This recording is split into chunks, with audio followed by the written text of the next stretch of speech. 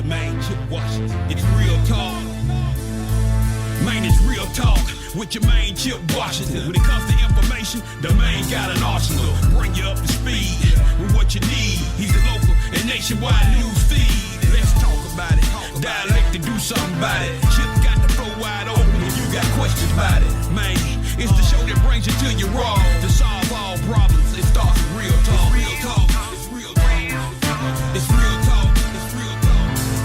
It's real talk. It's real talk. It's real talk. It's real talk. It's real talk. It's real talk.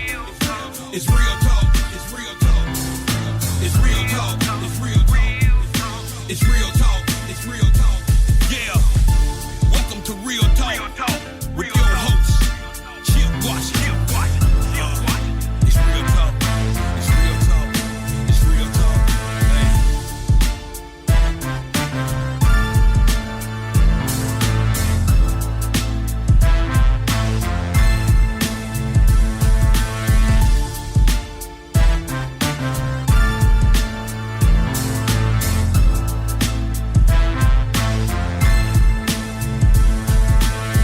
And here we go. Here we go on this Monday evening in the city. It's a beautiful Monday evening in the city.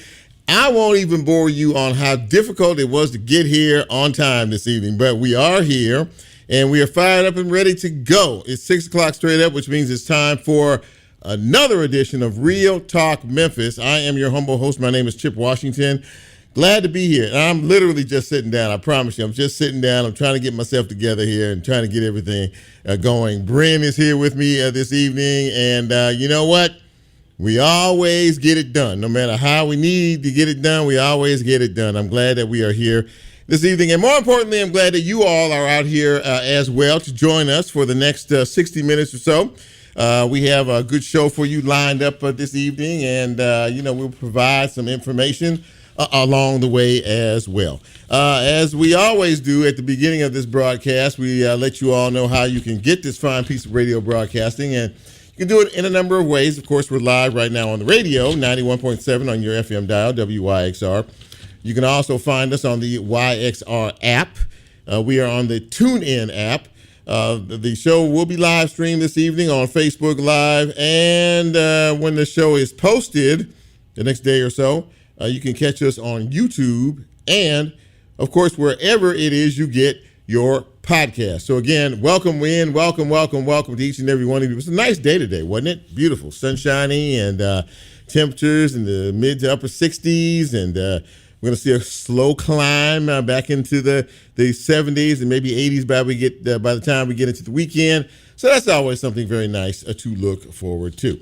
As is our show this evening, we have some good guests. Of course, it just seems to me like the city is exploding. I don't know what else to say about it. I have been a bit down about some of the more recent events, but we'll talk about that in a minute. Our guests tonight include Memphis City Councilwoman Yolanda Cooper Sutton. She'll join us, so she'll be our first guest this evening. And, of course, there's a lot to talk about. The Memphis City Council, of course, is preparing to get their budget together. Last week, Mayor Paul Young announced that he would be seeking a property tax increase to fill in the gap of a $30 million deficit in the city coffers. So we'll talk to her about that. We'll talk to her about the violence in our city and some of the other important issues that are happening within the city of Memphis. A little bit later on, we will talk to the Reverend Dr. Earle Fisher, senior pastor of Abyssinian Missionary Baptist Church here in the city. And, of course, he's a community leader. He's a community activist as well. And he has really been focused on the legislative activity up in Nashville.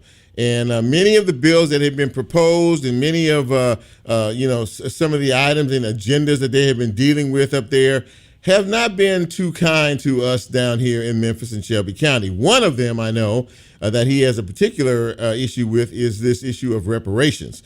We'll talk about that and a few other things as well. And a bit later on in the broadcast, did any of you know that this is Oral Cancer Awareness Month? We all know how important it is for good dental hygiene, obviously, in terms of our teeth. But that oral cancer of the jawbone and of the throat are one of the biggest killers of people in this country. And we'll be talking with Dr. Taylor Reed about all of that, who's an oral surgeon. We'll be talking with him about that from Reed Dentistry a little bit later on in the broadcast. But first, for those of you who are celebrating a birthday, you had one yesterday, you have one today, maybe this week, this is your time to show. This is where we shout out our good friends out there who are celebrating another trip around the sun. But we can't do that until we say, hit it, Bram. Happy birthdays going out to the following folks. A friend of mine leads things off tonight. He is a radio broadcast legend in this town. His name is Melvin Cookin Jones. And Melvin Jones celebrating his birthday today. And happy birthday to you, sir. I call him legend because he is one. Also, happy birthdays going out to Rodney Dunnigan, to my cousin Claire Phelps, celebrating her birthday today, as is Aurelia K. Kelly, Landon Kane, Iman, Tia Dorsey, Eric Boyce, Dorothy Triplett, another friend of mine, and Vicky and David Williams, also friends of mine, all celebrating birthdays today. And we wish you a very, very happy birthday. We hope this day has been filled with love and laughter. And we hope to be here next year for your next trip around the sun. Thank you, Brand. Appreciate it. So getting into some news and notes, of course, many of us are aware of what happened in Orange Mound on Saturday evening. That whole community is grieving, as are the rest of us. A mass shooting at the Orange Mound Community Park after folks were out there enjoying themselves, having a block party. This happened about 7 o'clock or so. Shooting rang out at the end of all of that. 9 people were shot and injured. 2 people were killed. One, a 22-year-old male, and another one, a 17-year-old, so another teen, yet gone at the hands of others. The other wounded individuals' ages range from 16, as young as 16, to as old as 29, combination of males and females hit. According to law enforcement, the remainder of those folks are going to be in stable condition. Now, there was one added to this list earlier today, which makes it, of course, 9 people shot. Again, according to law enforcement, there are 200 to 300 people in the park Saturday evening celebrating, having a good time at a block party when these shots rang out. Right now, there is no suspect information. The investigation continues. There is a $15,000 reward for anyone offering information connected to this very, very, very tragic situation that happened on Saturday evening. What are we going to do about all of this? You know, we keep saying the same thing over and over about the guns, putting the guns down. There are guns everywhere. Everywhere in this city, everybody has a weapon, it seems. And they're not afraid to use them. Also, earlier this afternoon, slain law enforcement officer Joseph McKinney was laid to rest this afternoon. So the funeral was at the Hope Church up on Walnut Grove. Of course, it's a very, very sad situation. The investigation into all of this continues. The DA says that this Officer McKinney, was killed by friendly fire.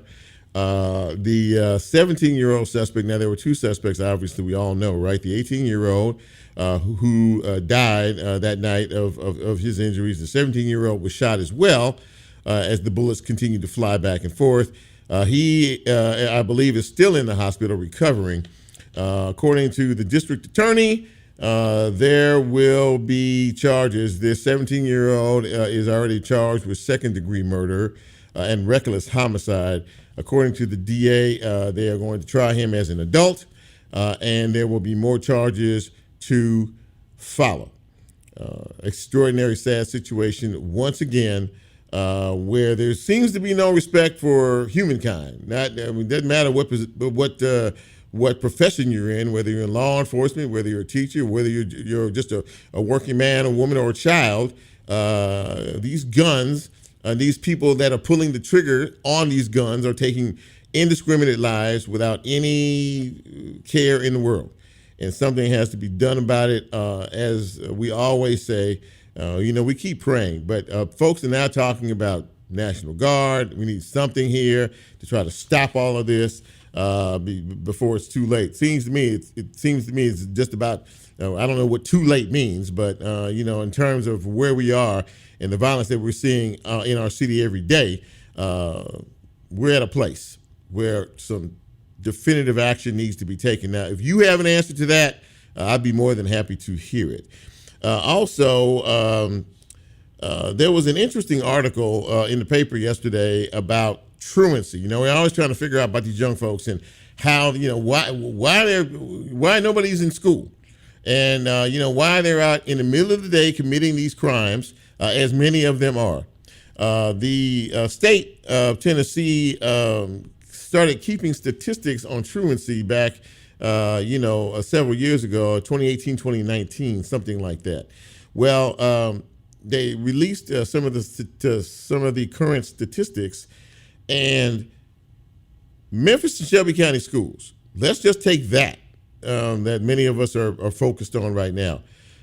Just under 30% of all school-age children are absent, chronically absent with no excuses whatsoever, just absent, decided not to come to school.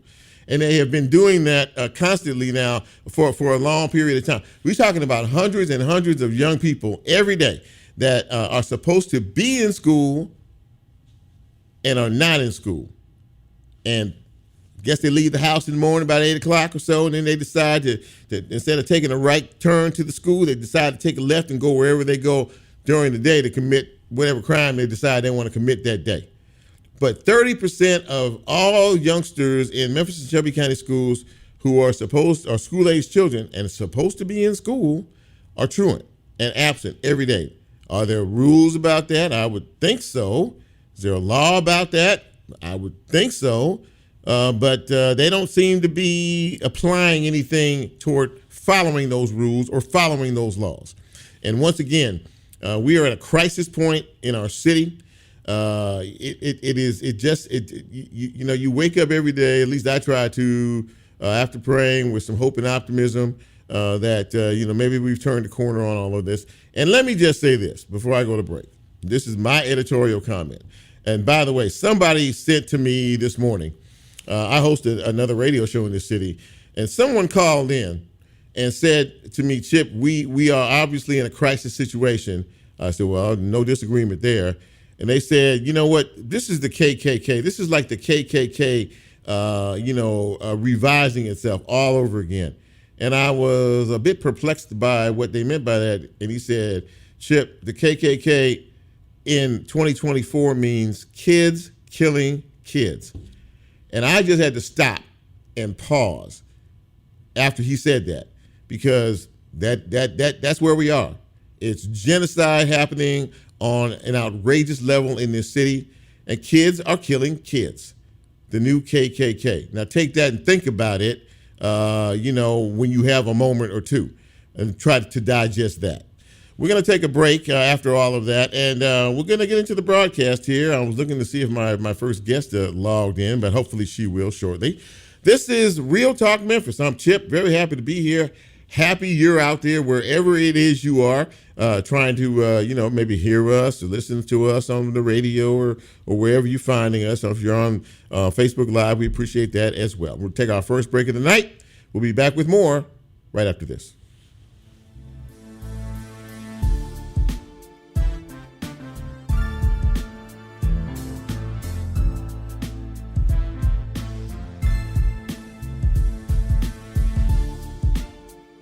If you like Real Talk, here's a way you can get involved. Do you have a show topic idea or suggestion? Want to be considered a guest or have a guest idea? Then send Chip a message on his Real Talk show page and you can be a part of the Real Talk experience. So as he always says, go out and tell somebody. We'll be right back.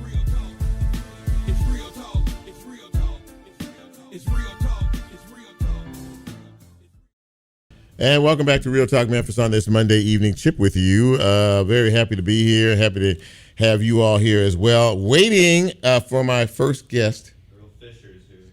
Okay. Waiting for my first guest, who is Councilwoman Yolanda Cooper Sutton, that's supposed to be joining us. And I don't see her. online right now. I don't know if she's having issues getting in or not, but Reverend Earle Fisher, I think, is on the line, and according to Brent, he is here, and we might as well go ahead and bring him in since the councilwoman is unable to join us. And Pastor, can you see me? Can you hear us? Okay. I can, and I hope you can see and hear me okay as well. How you doing, Brother Chip? I'm doing fine, sir. It is great to see you, and it's great to talk to you. It's been a minute, and I'm glad that you can make the show tonight. Now, obviously, I labeled you a community activist when we first started because, you're obviously a pastor. You're the senior pastor of Abyssinian Missionary Baptist Church here in the city, but you are always active and very community engaged and involved in what is happening. And if you don't mind, I'd like to get your take on what happened in Orange Mound over the weekend. Well, thanks for having me back, man, and I appreciate those introductory words.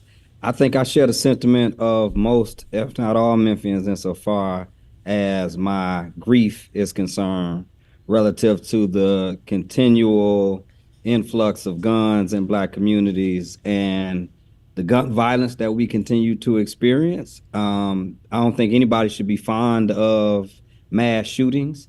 And the technical definition of mass shootings, I think, is any shooting with 2 or more people at one particular time, or It might be 3 or more people at one particular time. Right. But I know there's been far too many of those in Memphis and Shelby County over the last few years.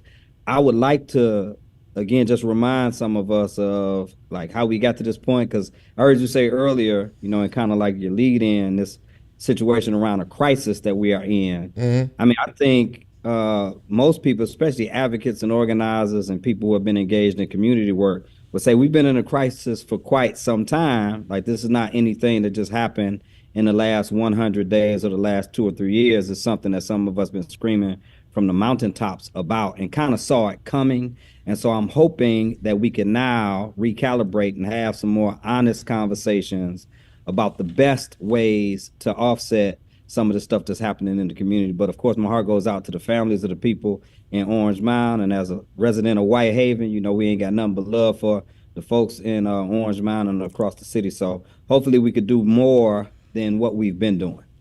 Yeah, it is a crisis epidemic. I don't know if you heard me earlier. Someone I spoke to earlier today used the term KKK to describe what is happening out here.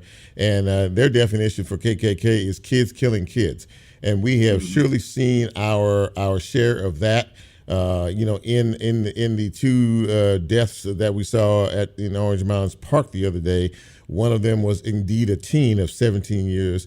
And there's nothing sadder than watching a parent of a child who has been slain in a tragic circumstance. It just tears my heart out every time I see something like that. And I know that for you, the sentiments are pretty strong as well.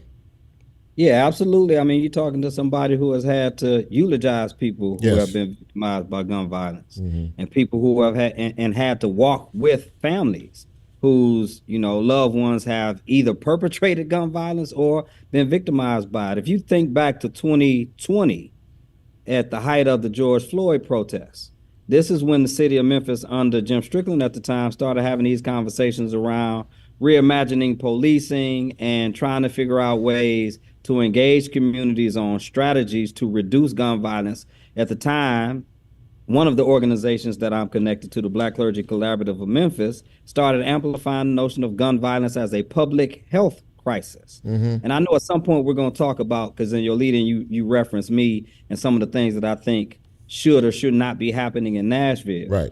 One thing is for sure, and 2 things are for certain. The stats show since the passage of the permitless carry bill in Nashville, gun violence has increased, as well as car break-ins, which most of the time are byproducts of people breaking in cars looking for guns.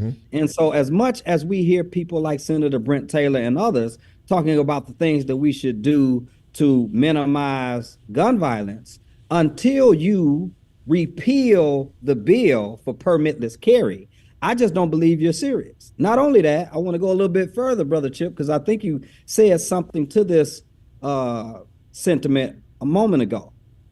The guns are flooding our community. I think you said everybody has one, Yes, right? it seems like I it. think, It seems like it. Yeah. and so it's one thing for people to have access to firearms. It's another thing for people to have access to military grade weapons.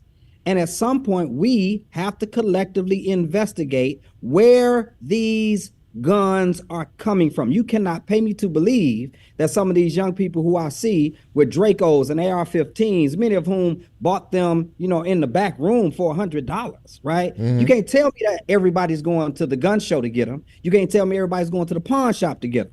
These things are being sold on the black market, and I think we're doing ourselves and our young people a disservice if we're not trying to get to the source and the root of some of these issues. I know our impulse is to be tough insofar as law enforcement is concerned, and in these situations and circumstances, I don't denounce that, even though I'm not all that fond of it. I understand its necessity.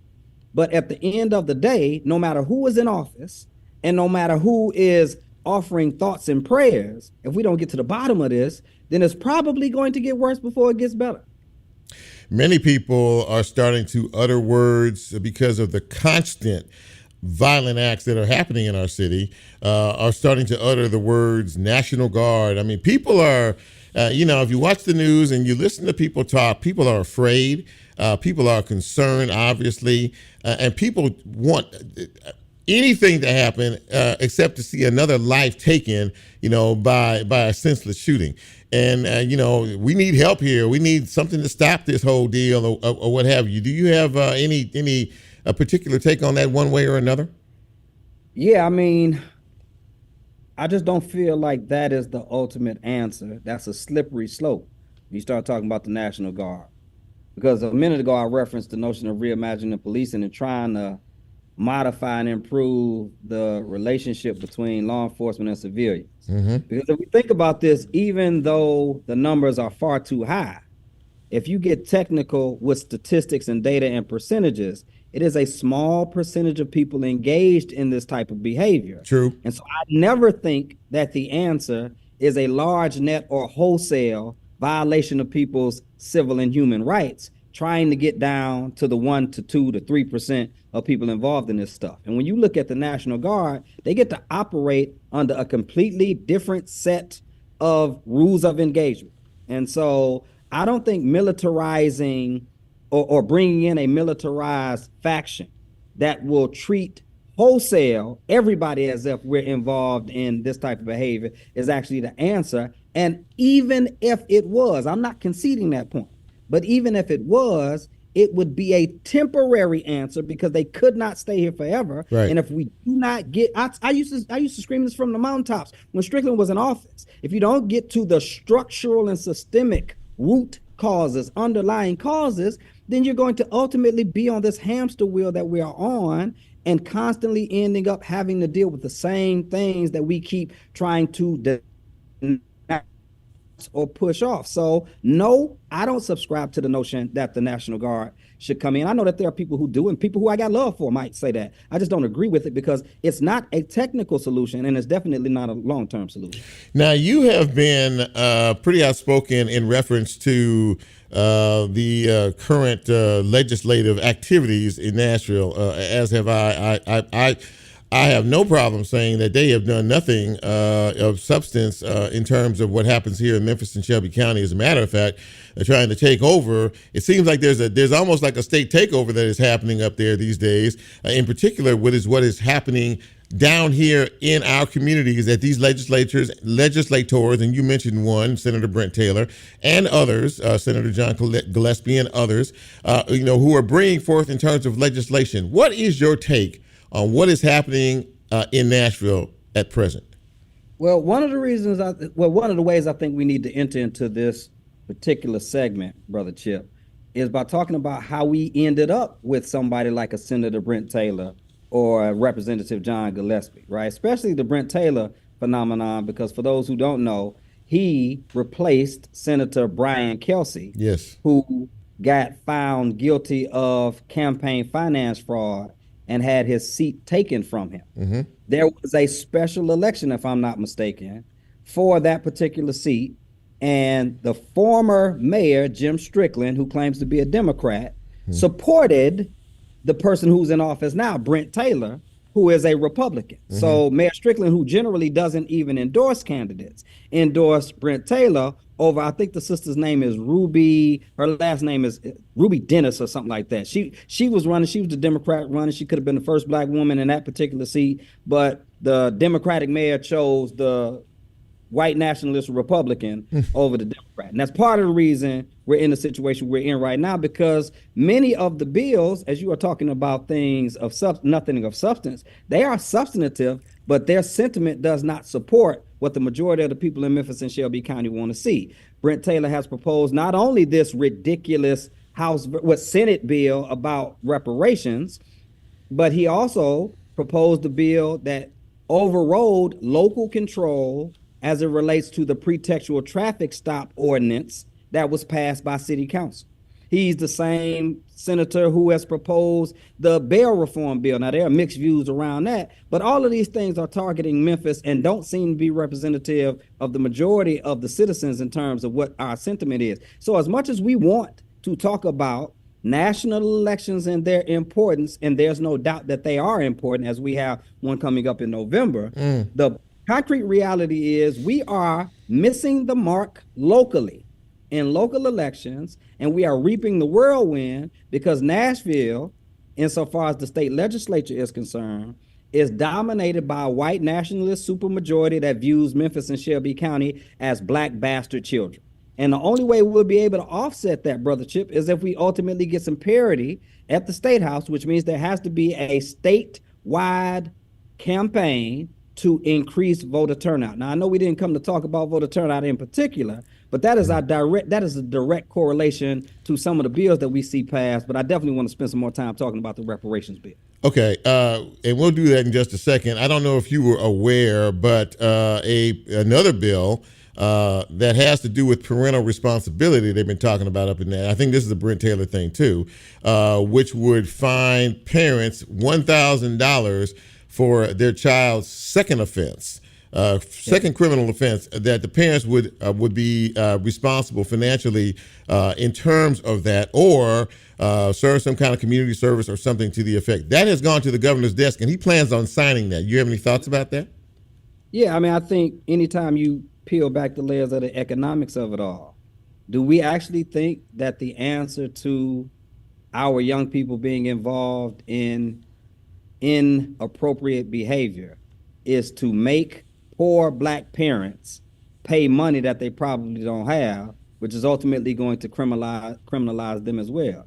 I'm all for the high stakes of it all and trying to do what we can to get parents more engaged. I plan on meeting with a group of parents and some of the principals in the Whitehaven area either later this week or next week because of the stuff that's happening at the local schools or the neighborhood schools in the close proximity to Abyssinian at the time of dismissal. So there definitely is space for us to do deeper dives of community engagement to get parents involved. But you mean to tell me the answer is fining poor black parents for not able to reel in the same young teenagers who could walk up the street and get easy access to guns and drugs, but can't walk up the street and get access to a equitable education, and can't even walk up the street to catch transportation to a job that pays a livable wage? Clearly, this is what I call microwave solutions to crock pot problems. But not only that, economically, it targets the most vulnerable group of people in our society, which are generally poor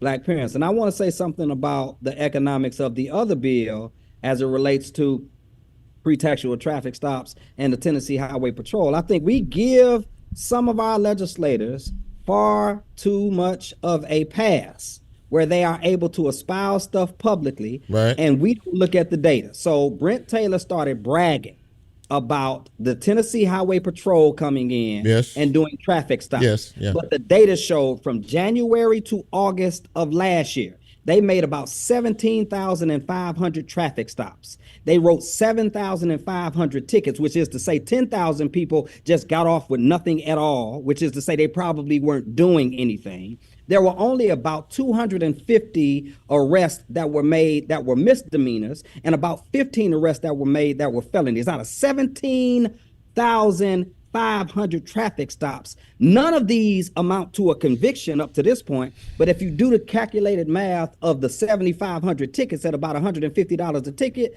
that's about $1 million. None of that goes to Memphis and Shelby County. Right. It goes to the state of Tennessee. Right. So we need to do better collectively about holding people accountable for the things that they espouse and the things that they propose and the bills that they pass and what the ultimate effects of those things are. You mentioned earlier, and this is one of the reasons why I wanted to have you on the show, is your fight for reparations, and you actually you've actually gathered some signatures of some folks here in the city. Talk about this particular situation and why you're so engaged in the reparation battle.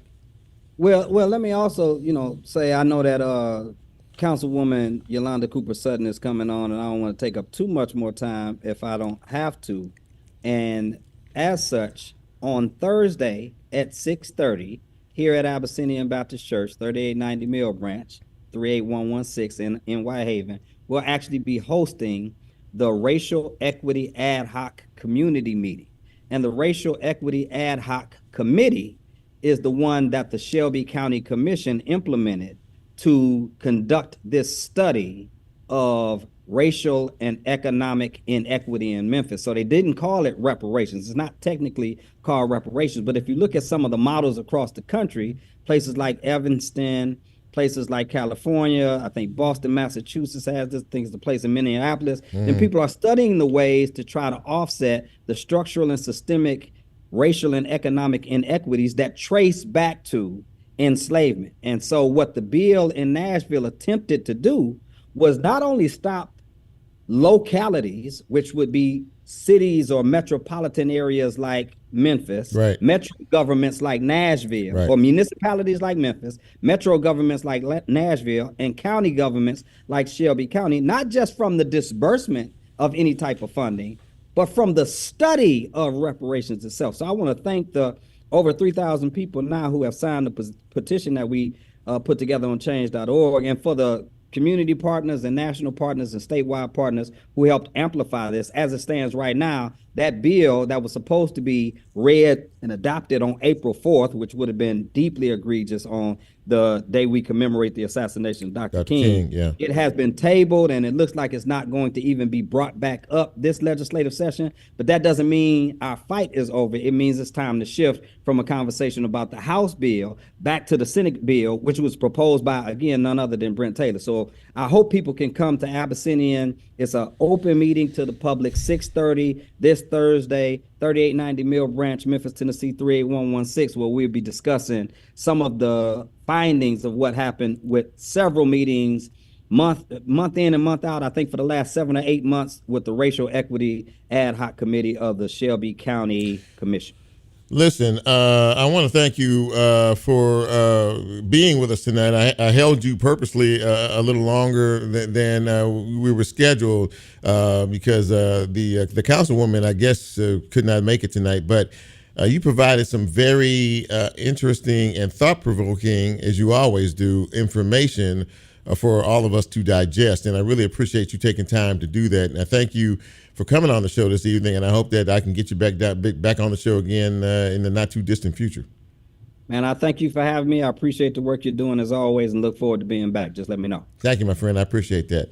Reverend Dr. Earle Fisher, ladies and gentlemen. Once again, you have to imbibe some truth in these conversations that we have, or else we're just wasting our time. When I come here each and every week, I try to bring people on the show who can speak to the issues at hand. And we have a lot of them in our city right now. Every time I'm looking down at my phone and I'm seeing some of the comments from people and everything else. I'm happy that people are engaging in this conversation. I'm happy that people are involved in the conversation. One of the reasons why I wanted to have Councilwoman Sutton on is because she is a woman of action, and she is a woman who doesn't mince words. I remember a couple of weeks ago, after a committee meeting presentation by, I believe it was the chamber, talking about the economic disparities in our city that we all are aware of, and the fact that the minimum wage is not satisfying households all throughout the county. And after it was all over, she said she almost threw it down and said, "I don't want to hear another word about the economic issues in our city. We know we have a high poverty rate. We know that people can't survive on minimum wage, and we need to stop talking about it, and we need to start doing something about it." And that was to me was how I was really focused on in terms of a conversation with her, because I know that for many of us, the talking part is the frustrating part. I get all that.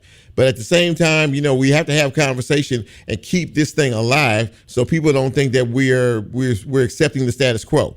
None of us should accept the status quo of what is happening in our city, in our community right now. And we need help. And every time something happens, like happened over the weekend, we hear from legislators. We didn't hear from the governor. We didn't hear from Senator Brent Taylor. We didn't hear from any of the Republicans that I know of. I could be wrong, but that I know of, in expressing outrage at what is happening here and all over. And that is why it's important to have conversations with people like Pastor Earle Fisher, who is absolutely, if you know anything about him, he is absolutely not afraid to tell the truth and to say what needs to be said in circumstances like this. I'm going to take a break, and when we come back, we'll continue on this Monday edition. So far, it's been pretty good. I hope you think so as well. We'll take a quick break. We'll be right back.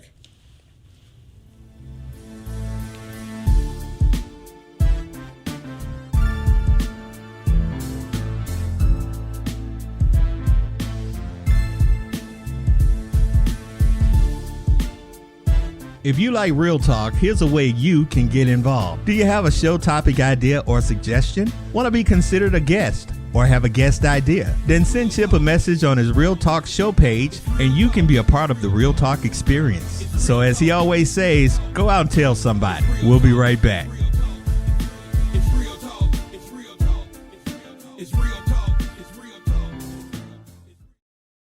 Programming on WYXR is brought to you by a grant from Arts Memphis, who has been working behind the scenes for 60 years to grow the foundation of Memphis arts.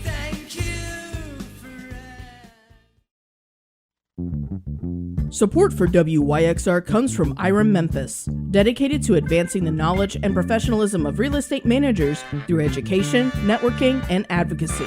More information at irem-memphis.org.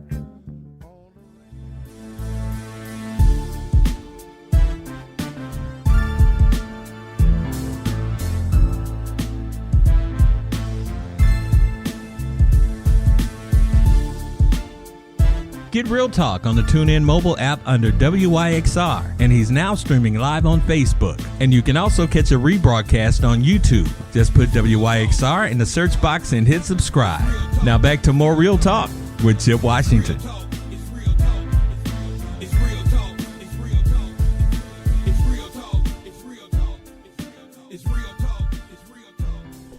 And welcome back to Real Talk Memphis on this Monday.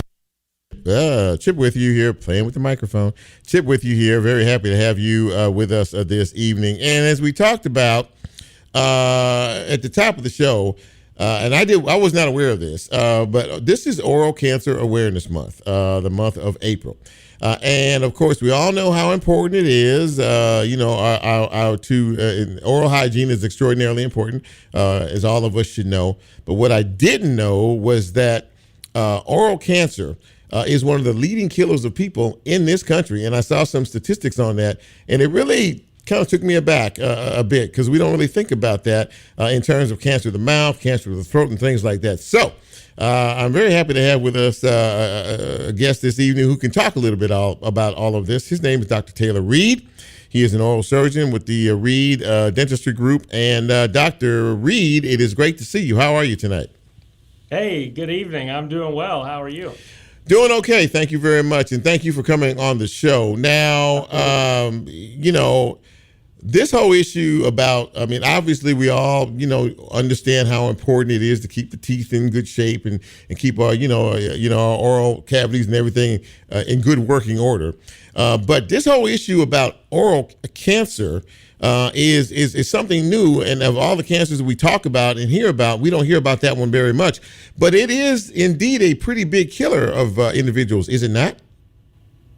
Yeah, it's a sobering thing to think about, and hopefully, to your point, not something that maybe everybody thinks about. And thankfully, that's not something that a lot of people have to deal with. But it's one of those things. It's not as common as a skin cancer or maybe some other things you see, like lung cancer and things like that. But unfortunately, the most common type is squamous cell carcinoma, and it's just not a good one to get because it moves very rapidly. One of the more common statistics is that if you include mouth and throat cancer with the statistic of oral cancer, it kills one person every hour, every day. That's not a fun stat to throw out. That's stunning, Dr. Reed. That's stunning. It is treatable, which is great if you catch it early, but it just moves really rapidly, and it's not something that we see every day, which is great, but it's not something that you want to see when it pops up. Is it caused by poor oral hygiene? I mean, what do we know about it? Because the number you suggested there, that's very high. One person per day if you combine all this together. But do we know what the causes of this oral cancer are? Yeah, it's a great question. There's obviously, if you read the side effects of anything we eat or take now these days, right, it says it could cause cancer, it could be a carcinogen. So there's certainly any number of things that could come from, and sometimes we just don't know, okay? But one of the big ones for oral cancer, specifically in the mouth, is definitely tobacco use, and like smokeless tobacco and that type of thing can really increase the risk. And another part of that, this doesn't necessarily cause it, but when you think about, man, how does this happen, right? That statistic is just a sobering number. It is. Thing to think about. It is. The problem a lot of times is a lack of continued care. So if we're not getting that check and we're looking and we're having a health professional check it, like in your dental office or your hygienist, it's a pretty easy thing to find. It's not this big mystery when we see it because we're used to seeing how everything's supposed to look. And when we see something different, a lot of times it's pretty obvious. But unfortunately, it can be something that, if we kind of get busy with life and we're not doing those routine follow-ups and checkups and cleanings and stuff, and it can kind of be lost a little bit, and then that's when it can become a problem if we don't get that early check.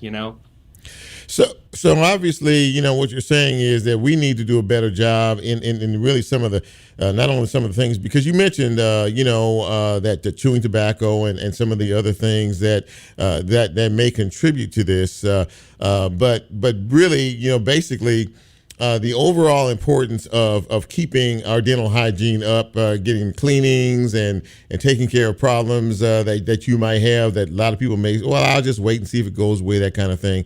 But these could be indicators of bigger issues. Am I correct in that? Sure, absolutely. And I think you're right. And I think whether we know always what caused something, if we can get in there and at least get in the office, let somebody else be able to take a look at things. And maybe if you can catch it early, maybe you didn't know something was a problem, right? But somebody else did. We saw it and we started asking some questions. Hey, how long has that been here? Does that bother you? You ever noticed that before? That can just be huge and be a huge preventative thing. There's so many things you think about going to the dental office, and you think about getting, you mentioned just your oral health and your hygiene, getting cleanings, or maybe you need something fixed with a tooth or a filling or a crown or whatever it may be. We don't really talk about the oral cancer screening that much, to be honest. If you came into our office and you're going to get a cleaning that day, you will get an oral cancer screening. Wow. I'll be honest with you, I hadn't heard that. And I mean, I go to my dentist fairly regularly. I mean, when I need to, but I mean, so you do actually give an oral cancer screening, and what does that consist of? How do you do that? Yeah, absolutely. This is a good reminder for myself because we are doing it, and there's an insurance code and there's a code for it and all these type of things, but we don't necessarily talk about it that much with our patients until there's a problem. Yeah. Right. So most of the time you're not talking about it because in most offices there's not a charge for it. There are a lot of new techniques out there. We have tried them all. There's different types of fluorescent lighting and all sorts of things that, the goal is to try to detect changes as soon as you can. But, the number one thing that they mention, or that they say studies would say, this is the number one thing to catch it and prevent it. Mm-hmm. It's just a visual check and a palpation check. So it can take 20 seconds. Doesn't have to take a 10-minute thing, right? And it's just a visual look. We look at the whole mouth, right? Tongue, palate, lips, cheek, just checking everything out, and then a quick feel of all of those surfaces and that tissue. And from that, we are so used to looking at what's normal, we can pretty well tell if something's not normal. And even if something's not normal, don't hear me say that means you have cancer or oral cancer, right? We'd rather be safe than sorry. Yeah. And so then we may say, hey, let me see you back in a week, or let somebody else take a look, right? So we're a general dentist practice, and we're general dentists, and there's plenty of times we need to let the experts look and say, hey, let's just get another opinion. And it may be nothing, but we'd rather be safe than sorry, right? But it can be as quick and easy as a look, check, and that's your oral cancer screening. Is this something that if dentists don't necessarily mention it during a routine examination, is this something that as a patient you could ask for? I mean, you could say, hey, can you maybe take a look to see if there's anything abnormal going on inside my mouth? Absolutely. You should be totally welcome to be able to do that, and hopefully, I think as a whole field and our profession, we are doing that when patients are coming in for, their 6 month or 4 month, whatever it is, your cleanings and stuff, but that's already being done. But again, it could be something we're not even talking about. And there's other times where, let's say you're not due for any work, but one thing to look out for, right? Is there anything changing in your mouth? And is anything bothering you? Like, do you notice anything? Those would be times to call up the office and say, hey, could you guys just take a look? Because I just want to make sure that there's nothing new going on or there's not a problem here. We get mouth ulcers and people get all sorts of things that can come up, and that's not necessarily cancer. Most of those things are going to resolve within a week to 2 weeks. Okay. And so a lot of times for us, you come in and you're worried about something, we're going to ask, well, how long has it been there? And what's it feel like? Do you notice it? And sometimes it might be, listen, it's only been a week.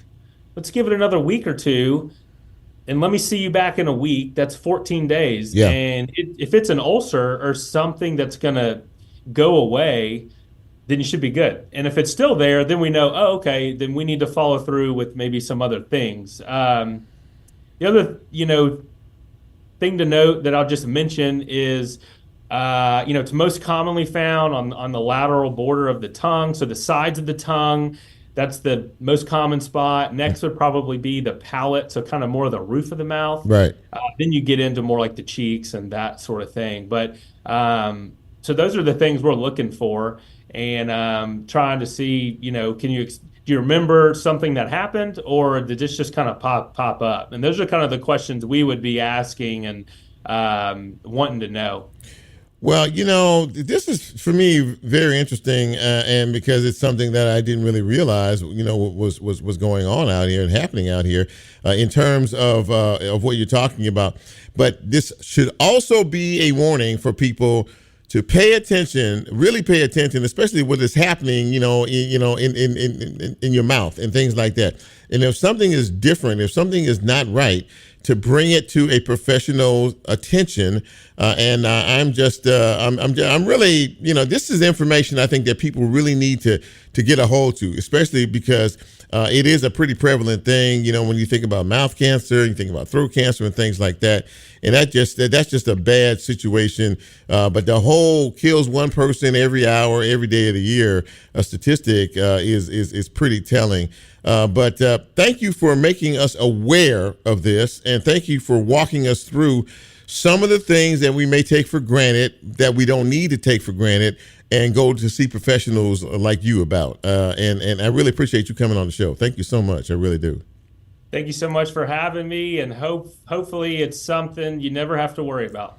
Absolutely. Amen to that. Dr. Taylor Reed from Reed Dentistry, thank you so much, man, for being a part of the show tonight. Thank you. And hopefully we'll get you back down here again before too long, okay? Thank you so much. Y'all have a good night. You too, my friend. Thank you. So listen, ladies and gentlemen, that was a great interview, by the way. And, some good information I shouldn't know a lot about what he was talking about, but I do now. And don't take things for granted is basically what it means. We were supposed to have, I'm sorry, I'm a frog in the throat. We were supposed to have Yolanda Cooper Sutton, Councilwoman Sutton on tonight, but some technical issues and some other things that prevented that. We'll get her back on. I may get her back on next week.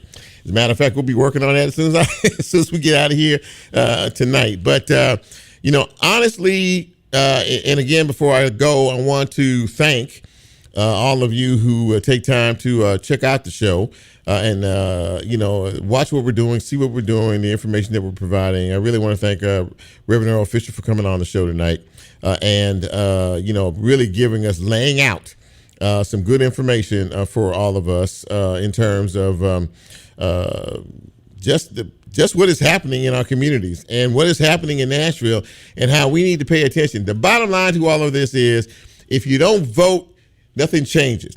And we get a little lazy with the voting aspect of things around here, but we need to start to galvanize as a community, galvanize as a city, and say, you know what, enough is enough on whatever level that comes on.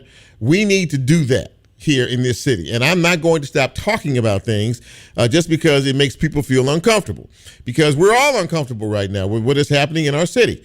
All of us are uncomfortable. And, it's a difficult thing. As I said earlier, one of the most hurtful things in the world is to watch a parent talk about the death of a child, especially one that is unexpected. And we see that all the time around here, and it's becoming more of a habit. And people are becoming desperate in how we respond, how we react, and what we need to do next in all of this. We can't arrest our way out of these situations. We can't do anything like that. Now we want to penalize parents for, obviously, if you're a parent, you're in charge of what happens with your children. And as Bryn plays this out, and we need to take that more seriously. The State House is the governor's gonna sign a bill that says if your child is a chronic troublemaker and he does it once, he'll get away with it, but twice, guess what? They're coming knocking on your door and they're gonna say, pay up, please, to the tune of $1,000. Now, if we don't want that, then you know what? Then you get what you get in terms of all this. But we can do better, and we need to do better. Thank you, ladies and gentlemen, for being a part of this show tonight. I really appreciate all of you who are checking us out by radio or by the app or on the live stream. I really appreciate you more than you'll ever know. If you like what we do, continue to support the show and tell others about it so they can support it as well. There is strength in numbers. Believe that. So for all of us here at Real Talk Memphis, for Bryn, for Nicole, for Lola, and for yours truly, be safe, be careful. I'm praying for each and every one of you. And until next time, we are out.